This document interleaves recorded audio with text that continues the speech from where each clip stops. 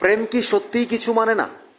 মানে না জাত, মানে না ধর্ম, মানে না আত্মীয়, মানে না কোল, মানে না পরিবার। এবার দেখুন, মামি ভাগিনার প্রেমে পাগল হয়ে পালিয়ে গেল, কিন্তু মামি তার 4 বছরের সন্তানকে ফেলে রেখেছে। এই সন্তান কেউ নেবে না, থাকবে তার বাবার কাছে। কিন্তু মামি ভাগিনার প্রেমে এতটাই পাগল, ভাগিনাকে ছাড়া থাকতেও পারবে না। কিন্তু অসহায় মামা কাঁদছেন থানায় এসে। নিজের ভাগিনার সাথে স্ত্রী যখন পালিয়ে যায়, আর মামা এবার কি করে থাকেন? অনেক অসহায় আত্মসমর্থন করে কান্নাকাটি করেছেন স্ত্রীর কাছে, ভাগিনার কাছে, তার স্ত্রীকে ফিরিয়ে দেওয়ার জন্য। কিন্তু তাদের প্রেম তো এতটাই গভীর, কি করে ছাড়বেন ভাগিনা মামিকে? তাদের প্রেমে তো আজ দেখাচ্ছে এই লীলা। কি বলবেন আপনারা? দেখুন মামি কি বলছেন ভাগিনার প্রেমে পাগল হয়ে। এবার শুনুন মামির কথা, তারপর শুনবেন অসহায় মামা থানায় এসে কাঁদছেন। কি বলছেন কাঁদতে কাঁদতে? দুটো ঘটনায় আমরা শুনি। যে তুমি তার ভাগনার সাথে পালাইয়া গেছো, কি কইবে? গেছো?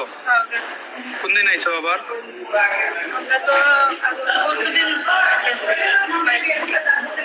আচ্ছা, কালকে আইছো? থানাতে আইছো। তো এখন তুমি কি তোমার পূর্বের জামির সাথে যাইবা নাকি ভাগনার সাথে যাইবা? কার সাথে? ভাগনার নামটা কি? তোমার মাইয়া কত বড়? মাইয়া তোমার সাথে থাকবো না জামাইয়ের সাথে? জামাইয়ের নাম কি? বাড়ি কই তোমরা? কি করে হে ছেলেটা?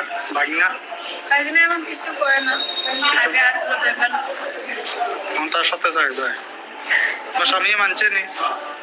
না, মানলেও কি যাবো, মানতে তো লাগবে। লিখিত ভাবে দিছ? তোমার স্ত্রী কালকে যে কইসলা গেছলে গিয়া আজকে আনছে থানা, এখন তার ভাগনার সাথে যাইব, তোমার কি কইবে? তার ফাইনাল তার লোকে যাইবো, আমার লোকে থাকতে চায় না, তাই অনেক চেষ্টা করছি, বলছি একটাও চলো আমার লোকে, তবু যাইতে রাজি নাই। এরপরে আমি অনেক বুঝাইছি, অনেক কান্দাকাটি করছি, তবু যাইতে রাজি নাই। আমার বিয়ের উঠতে চাইছিল। বুঝছো বুঝছো। তোমার নামটা কি? আমার নাম শঙ্কর বিদাস। তার বাড়ির লোক একজনও আইছিল না, আমার শ্বশুর বাড়ির লোক একজনও আইছিল না এখন পর্যন্ত। দেখুন আমার এত বড় ঘটনা হয়েছে, তারা তারা সবাই জানে, তার মা বাবা আছে না, ছেলের মা বাবা তারাও সবাই জানে এরকম করতে আছে। তবু একবার আইসে দেখুন লেগে জিজ্ঞেস করছে আমারে। আজকে কি তোমার স্ত্রী তার কাছে দিয়ে দিছো? আমি ওখান দিয়ে দিছি, কি করবো, যাইতে রাজি নাই। ছেলের বাড়ি কেউ নাই, জিজ্ঞেস করুন লেগা আজকে যদি বুঝতে আছে, দেখো কোনো ভাইবা দেখো তার বাড়ির সবাই রাজি আছে, লিখিত কেউ আইসে না।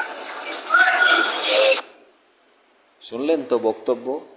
অসহায় স্বামী অর্থাৎ মামা কাঁদছেন, কিন্তু মামি তো হাসি খুশি বলছেন আমি তো যাবই, কারণ ভাগিনাকে ছাড়া কি আর থাকতে পারবেন? প্রেম যে কত গভীর, প্রেম যে কিছুই মানে না, প্রেম যে অসহায়, প্রেম পৃথিবীর সব জয় করতে পারে। আর এই প্রেম নাকি স্বর্গ থেকে নেমে আসা। First emotion is really heavenly. বিয়ে হয়েছে মামার সাথে, আর প্রেম করছে ভাগিনার সাথে।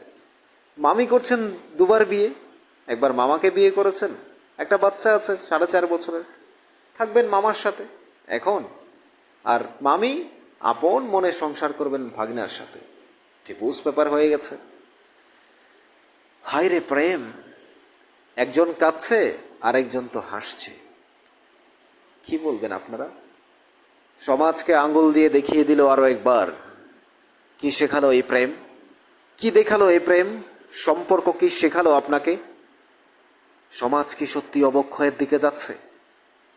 প্রেম কি এত অসহায়? প্রেমের কাছেই কি সব হার মানতে হবে? জাত, কুল, ধর্ম, বিচার, কি হচ্ছে এসব? নিজের পরিবার, মামা, ভাগ্নে, কোনো কিছুই কি বাদ থাকবে না? আর এইভাবেই কি চলবে তাদের জীবন? কোনোভাবেই কি আটকানো গেল না এই প্রেমকে?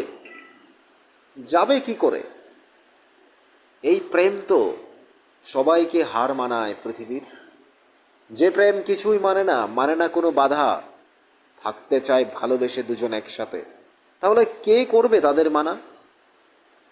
এই প্রেম কত যন্ত্রণার। মামা কাঁদছে, অর্থাৎ স্বামী অসহায় আত্মসমর্থন, এই 4.5 বছরের বাচ্চাকে নিয়ে কি করবে? কিন্তু মামি তো প্রেমের কারণে ভুলে গেছে তার বাচ্চাকেও। স্বামীকে তো ভোলা কোনো ব্যাপার নয়, কারণ যেহেতু ভাগিনার প্রেমে পাগল, মামাকে প্রয়োজনই নেই। কিন্তু 4 বছরের ছোট্ট বাচ্চাটি কি অপরাধ করেছে? মামি তো সরাসরি বলছে, শুনলেন তো স্ত্রীর কথাগুলো, যে না, স্বামীর সাথেই থাকবে, অর্থাৎ তার বাবার কাছেই থাকবে বাচ্চাটা। বাচ্চার প্রতিও টান নেই। ওরা কি মানুষ? ওরা কি সত্যি প্রেমিক না অন্য কিছু? আপনি কি বলবেন জানাবেন কমেন্টস বক্সে। থাকুন আমাদের নিউজ ত্রিপুরা 1 চ্যানেলের